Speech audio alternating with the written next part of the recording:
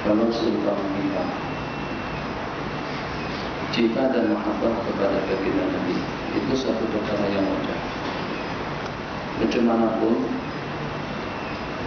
seperti apa saja posisinya dan seperti apa saja kedudukannya, maka kalau dia manusia yang samsin, lasak, nakal, jahat sekalipun, itu memang patut dan pantas dia cinta kepada baginda.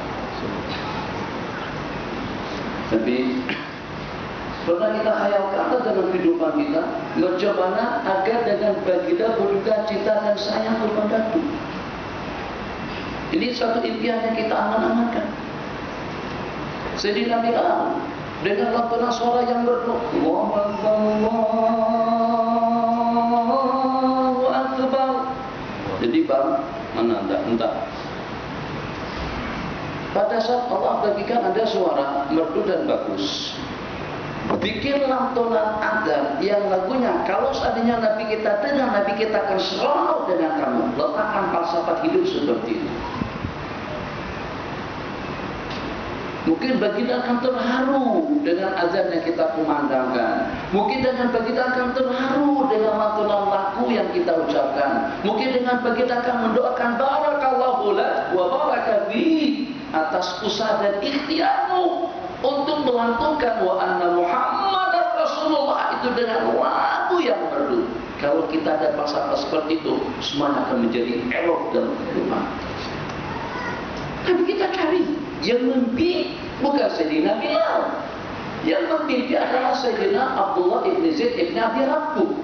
Yang memimpikan azan dalam tidur, jumpa dengan seseorang membawa beduk, jumpa dengan seseorang membawa trompet, jumpa dengan seseorang membawa lonceng. Jadi pada saat ditanyakan, nak dijualkan untuk apa, untuk nanti berkumpul, inginkah anda ku perkenalkan dengan yang lebih elok daripada itu, yang lebih elok daripada lonceng dan juga daripada beduk, atau juga daripada trompet. Itu adalah lantunan Allahu Akbar, Allahu Akbar. Beliau yang memimpikan, tapi justru yang Nabi kita cari, aina Bilal, adi nadi di Bilal, ati di Bilalin, kainahu anda sautan mika. Berarti dengan si Nabi dapat memikat hati Nabi dengan suara yang merdu. Kira-kira kita yang mempunyai kapasiti bermacam-macam kelebihan yang kita miliki, kita sudah dapat memikat hati baginda dengan apa? Itu pertanyaan kita pada malam tadi. Sudahkah kita pikat baginda Nabi dengan zikir kita? Ternyata kita tidak berzikir. Dengan salawatan kita, ternyata kita tidak bersalawat. Dengan pakai sunnah kita masih guna tai lagi ala Eropa dan juga ala Amerika. Apakah kira-kira dengan tahajud kita, malah kita tidak bertahajud? Apakah dengan puasa Senin Kamis kita, pada waktu kita musafir kita tidak puasa? Di pondok puasa aja Senin Kamis, puasa topik dengan iyad. Tapi pada waktu kita di sini kita tak boleh puasa. Kenapa? Nah, puasa lagu mana subuh-subuh sudah ada roti canai dengan roti Arab. Cabaran cukup luar biasa. Kalah kita, tumpang kita dengan nasi Arab. Malam hari ini makan nasi apa lagi dah tu? Nasi mandi lagi. Nasi mandi lagi.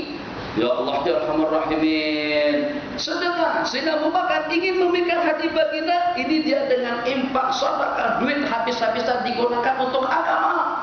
Nabi kita bersabda, tidak ada seorang pun daripada kalian melainkan jasa baiknya sudah terbayar kecuali Abu Bakar As-Siddiq. Maka aku tidak dapat membalas jasa baik dan kebaikannya. Beliau impakkan harta beliau habis-habisan, sudah tidak tersisa untuk rumah tak ada, untuk keluarga tidak ada, untuk masa depan tidak ada, untuk Pak Guru tidak ada.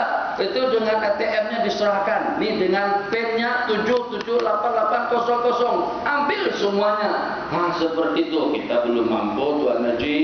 Kalau kita bagikan ATM yang semacam itu pun paling yang ada kreditnya kira-kira dalam 2, 3, 400. Dan kita menghabiskan saja. Yang ada di dalam anak ikhlas, ya ikhlas. Nah, yang ada cuma setakat 300 ringgit. Coba kasihkan yang 3 juta tuh, ikhlas tak? Nah, lain.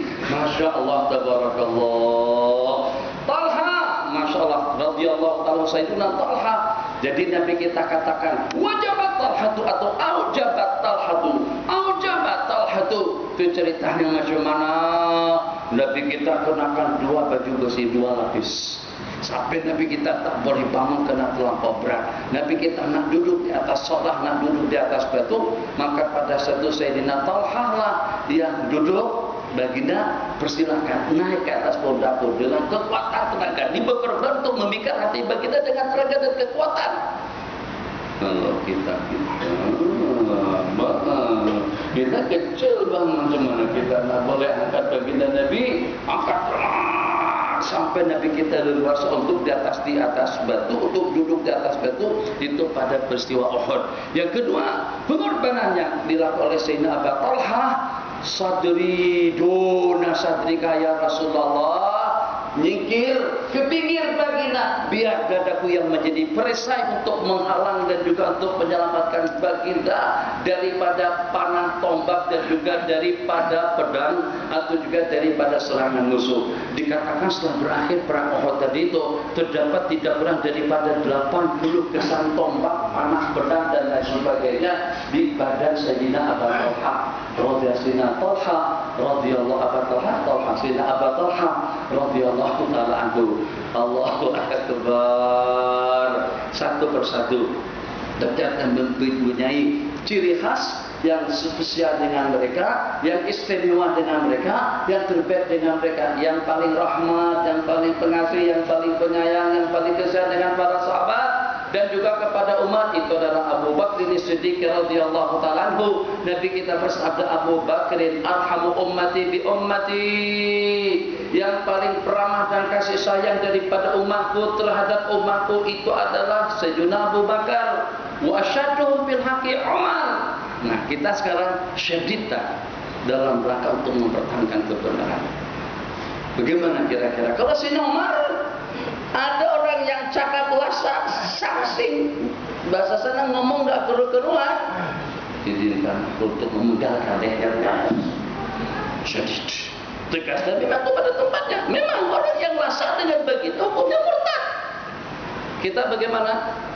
Jangankan dengan kita orang awam, sebahagian daripada orang-orang alim pun kadang-kadang masih mentoleransikan kata-kata yang diperkatakan oleh musuh dalam rangka untuk memikat hatinya dia, bukan hatinya Sayyiduna Rasulullah SAW. Tapalah dia katakan Islam itu tak cantik, tapalah dia katakan Islam itu tak bagus, tapalah dia katakan Islam itu sudah tidak relevan lagi. Kenapa? Untuk kita memikat hatinya, untuk pangkah politik kita. Itu kan yang berlaku. Ayo Tuan Haji, mereka mengorbankan segala-galanya untuk memikat hati Sayyidina Rasulullah SAW dan juga untuk berkorban demi agama Allah Jalla wa'ala. Allahu Akbar. Pikir, apakah kira-kira aku boleh memikat Rasul dengan sorban yang lawa dan cantik? Ternyata sorban kita kadang-kadang 2, 3, 4 hari tak diganti. Berarti kita tidak cinta sangat dengan Rasul dengan sorban kita di kepala. Kenapa? Sebab tadi bau minyak telon. Akhirnya terpaksa pun diganti. Tak payah tahu ceritanya apa, itu cerita saya itu sendiri lah. Allahu Akbar. Berarti dengan sorban tidak juga. Kenapa? Sebab sorban terlepaskan pada waktu kita naik kapal terbang. Jadi tadi penghormatan kita atau juga keterikatan kita dengan sorban cintalah merupakan satu keterikatan yang tidak ada tandingannya.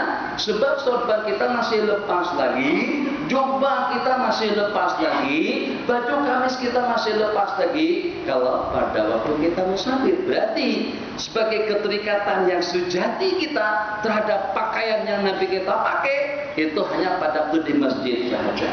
Pada waktu kita di masjid, kita pakai baju gamis dan juga kita pakai sorban baginda. Tentu dialog. Nah, ini yang agak spesial daripada kita, itu yang saya maksud. Jadi jangan salah paham. Udah bagus dah pakai sorban, pakai baju gamis, di celah-celah pula atau di salah-salahkan. Udahlah, pakai seperti style lama aja lah. Pakai jin tuh, pakai jin, celana jin atau celana ifrit dan ada pelang salib di belakang tuh. Kawan-kawan jangan pakai baju itu. Jangan, mesti baginda akan marah kalau tengok kita pakai celana tersebut. Kenapa? Sebab kalau perasan dia ada jahitan salib di belakang. Sini, bawah, terbentang di bawah punggung kita. Perasan tak? Benang yang besar kok. Satu, yang kedua jaket, disebut jaket atau baju tuh yang ada salibnya juga di sini. Kita tak perasan, kita pakai saja begitu. Kemudian dengan polkeranya terbentang bawah, kancing, buta, keluar betul salib ada di situ. Berarti itu pakaian yang melambangkan salib atau yang melambangkan pakaian ghairul muslim, yang tidak sepatutnya itu menjadi pakaian kita. Pikir yang mana. Ada memang saya pikir tadi itu. Sejak saya duduk di situ, sedang di tengah jalan lagi, dan sampai pada suatu berpandang pikir, aku ni kira-kira dapat memikat baginda dan baginda berkenan dan sayang dengan aku daripada sujud apa? Apakah karena aku rajin? Anak bukan orang yang rajin. Apakah aku banyak salawat?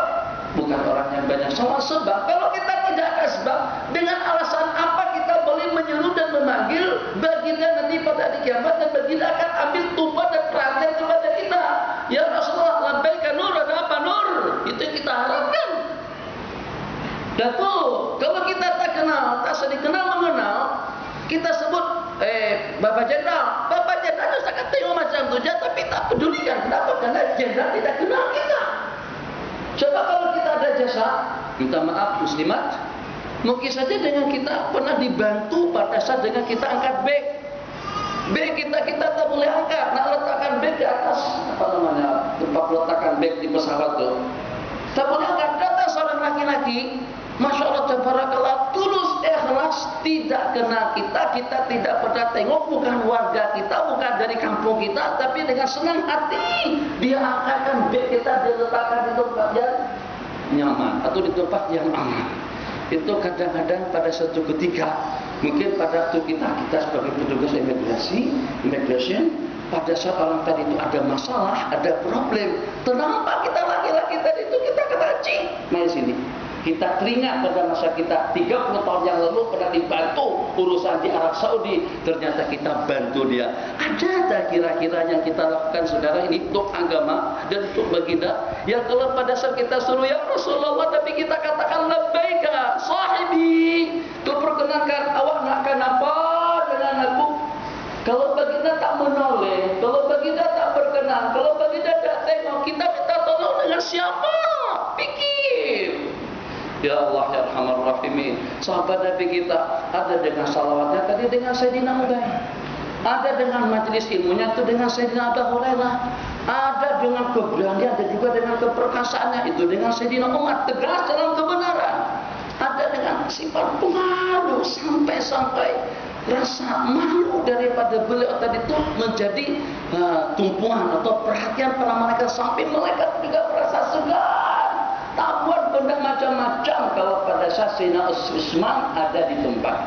Nabi kita sampai butuhkan kemas juga kawan-kawan supaya boleh antum elok duduknya, sopan santun, bagus, rapi, kemas, dan hormat ta'zim. Pada satu kita menjadi tetamunya Allah Jalla wa'ala, duduk dengan penuh khasyat, tidak menyenda, tidak menjurkan kaki. Kenapa? Sebab ada di antara daripada sahabat Nabi, sampai Nabi kita menjadi segan, sampai Nabi kita menjadi malu, sampai Nabi kita katakan kepada umat semuanya, ana astahi, tidakkah patut aku segan dan malu kepada seseorang yang disegani oleh para malaikat-malaikatnya. Apakah kita termasuk orang yang disegani oleh para malaikat kalau dengan orang-orang ramai saja tidak kita hormati?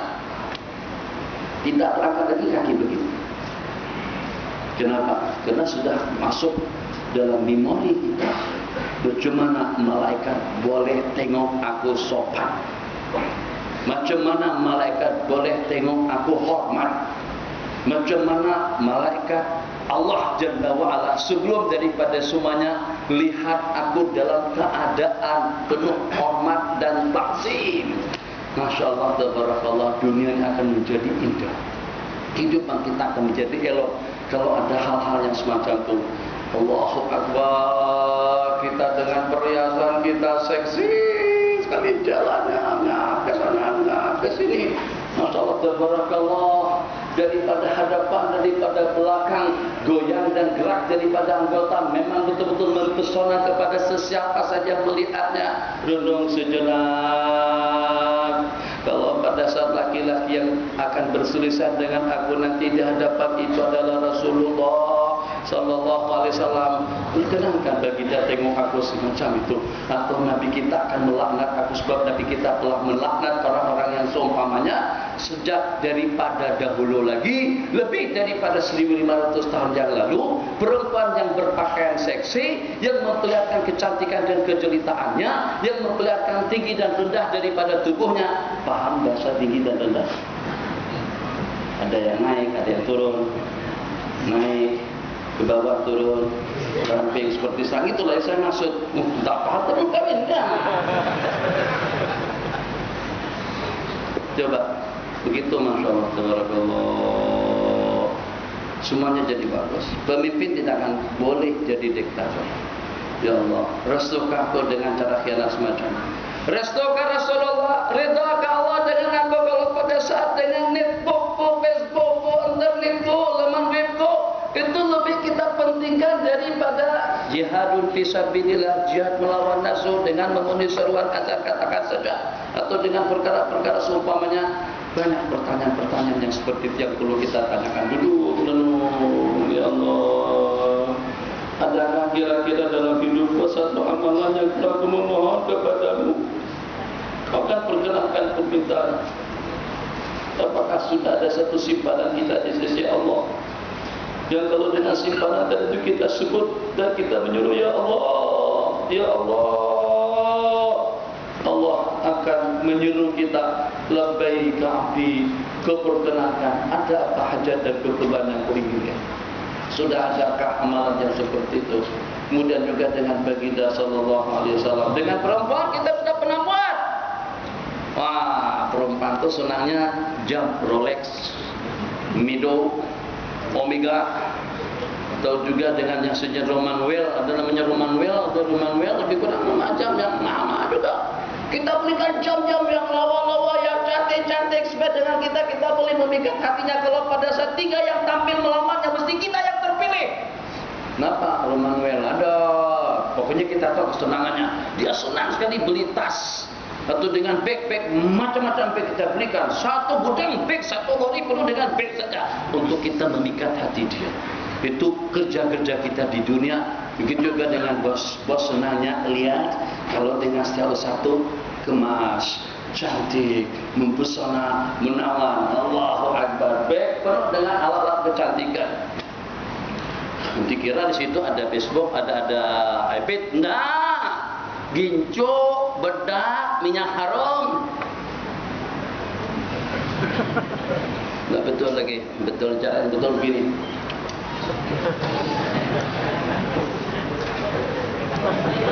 Begitu kan? Supaya bos kita, atasan kita, manajer kita terbuka hati dan perasaan. Mungkin nanti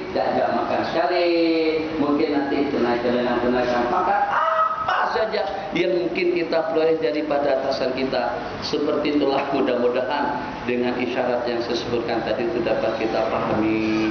Jadi dengan kita ingin meluahkan rasa mahabbah dan cinta kita kepada baginda Nabi. Kalau kita yang cinta, baginda kata itu patut. Kalau kita yang cinta itu memang wajar. Kalau kita yang cinta itu memang kewajiban. Bahkan nanti kita katakan tidak beriman salah seorang kamu sehingga aku lebih kamu cintai daripada diri pribadimu, sanak saudaramu, dan juga dengan segenap sekalian manusia. Tapi bagaimana kita inginkan level cinta kita lebih tinggi daripada itu? Justru yang cinta kepada kita itu adalah Rasulullah salawat. Bukan lagi dengan orang yang berkenan tadi itu datang berkunjung untuk menziarahi Rasulullah sallallahu alaihi wasallam. Justru dengan baginda Nabi yang datang berkunjung ke rumahnya dalam mimpinya bertemu Rasulullah. Berarti Nabi kita rindukan kita. Pernahkah Nabi kita berkunjung ke rumah kita? Hantu pucung pernah datang berkunjung. Mimpi ketemu apa itu sudah sering, tapi kita belum pernah mendapatkan kunjungan kehormatannya walaupun hanya dari dalam mimpi. Jadi sahabat atau salah satu daripada sahabat Rasulullah saja kerja selawat saja, sehingga sampai dengan baginda ingin mengecup. Cerita mengecup lidah itu pernah dilakukan oleh Al-Imam Abdullah At-Tustari kalau tidak salah, atau dengan salah satu daripada salafun saleh kepada Imam Abi Daud As-Sijistani. Aku nak mengecup, mendapatkan kehormatan untuk menyentuhkan lidahku kepada lidahmu yang senantiasa membaca dan meriwayatkan hadis-hadis Rasul dengan salawatnya. Jadi baginda datang dalam mimpi, Nabi kita nak kecup mulut yang senantiasa bersalawat itu, tapi rasa tak tegamak, betul bahasanya sudah, rasa-rasa tak tegamak maka mengilat macam itu, sehingga kecupan daripada mulut baginda tadi itu terkena pipi sebelah kanan. Begitu terjaga, begitu terkejut, keciuman bau harum, dan sampai mati bau tadi itu tidak pernah tanggal dan hilang. Itu kenapa? Mereka telah dicintai oleh Sayyidina Rasulullah sallallahu alaihi wasallam. Allahu Akbar. Hadis itu dhaif, hadis itu palsu. Menurut Syekh Albani hadis itu maudhu. Menurut silsilah al-hadis dhaif hadis itu lemah. Yang duduk di majelis tadi itu orang yang dicintai oleh Rasulullah sallallahu alaihi wasallam. Jadi pada saat itu Tuan Guru tengok. Ini saya pun tak pandai bahasanya. Tuan Guru kata dengan penuh hormat dan takdim, awak kata hadis itu tidak sahih, awak kata hadis itu palsu, awak kata hadis itu tidak benar. Coba mari kita saksikan bersama ungkapan kata-kata dan jawaban daripada baginda Nabi sendiri. Orang tadi itu mempunyai leluasa, kehebatan dan kemampuan boleh berjumpa baginda secara yang Allah, boleh berjumpa bertemu dengan baginda secara jaga dan sedar. Terhijab, hijab tersingkap. Ya Rasulullah, yang komplain tadi itu tengok, melihat, menyaksikan. Betulkah hadis yang saya riwayatkan tadi itu baginda Nabi yang meriwayatkan Nabi kita katakan iya. Ya Syekh Al-Hadis Imam Suyuti rahimahullah ta'ala di antara daripada ulama yang senantiasa dikunjungi oleh Sayyiduna Rasulullah sallallahu alaihi wasallam. Pernah tak kira-kira dengan kita berkhayal seperti itu? Kalau seandainya kita belum menghayalkan pun, paling tidak kita siapkan diri kita. Paling tidak dengan kita di majelis-majelis yang seperti ini, kalau ada silahnya dengan baginda Nabi, kalau ada hubungannya dengan Rasulullah, kalau ada ikatannya dengan Rasulullah, kalau ada pembicaraannya tentang Rasulullah, kalau ada ceramahnya tentang Rasulullah, kita berikan tumpuan dan peradaban yang terbaik sebagai tanda hormat dan ta'zim kita kepada Sayyiduna Rasulullah sallallahu alaihi wasallam. Ada wabillahi taufiq. Cukup, tak payah banyak, itu saya rasa sudah lebih daripada memadai. Jadi apa atau dengan kata-kata yang kita sampaikan tadi bukan hanya kepada para hadirin muslimin muslimat di atas dan di bawah yang mengeluhkannya.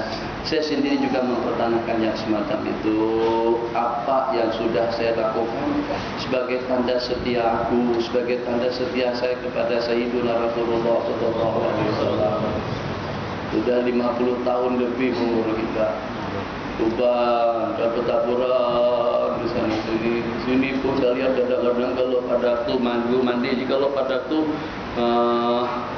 matahari, terik matahari, ambil cermin, tengok, kayaknya sudah nampak putih-putih, nampak sudah kelihatan kemerah-merahan.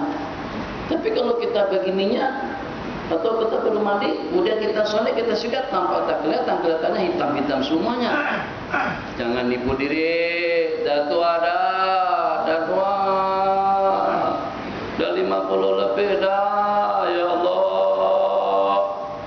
Apakah sepanjang kita di Mekah dan sepanjang kami di Madinah dan juga sepanjang saya di sini sudah ada hal-hal yang dengan baginda boleh seronok, tenang, merasa bahagia, masyaallah, tabarakallah. Makasih Nur, terima kasih Nur. Wallahu a'lam, belum dapat kita pastikan. Begitulah juga pertanyaan antum, pertanyaan para diri, tanyakan kepada diri masing-masing, yang mana yang kira-kira yang boleh menggugah perasaan baginda Nabi, yang mana yang kira-kira boleh menggugah doa daripada baginda Nabi, yang mana yang kira-kira yang melayakkan kita untuk kita mendapatkan syafaat Nabi. Kita tetap berusaha, tetap juga berupaya apa yang mampu kita lakukan. Dan kalau boleh kita yang satu-satunya, kita sebagai orang yang pertama bukan kedekut, bukan juga tamak dan rakus, tapi kita ingin memperlihatkan yang terbaik. Sayyidina Abdullah ibnu Umar, umrah tidak kurang daripada 1000 kali. Berapa umrah kita laksanakan dalam hidup kita? Duit banyak, bukan ada duit bang.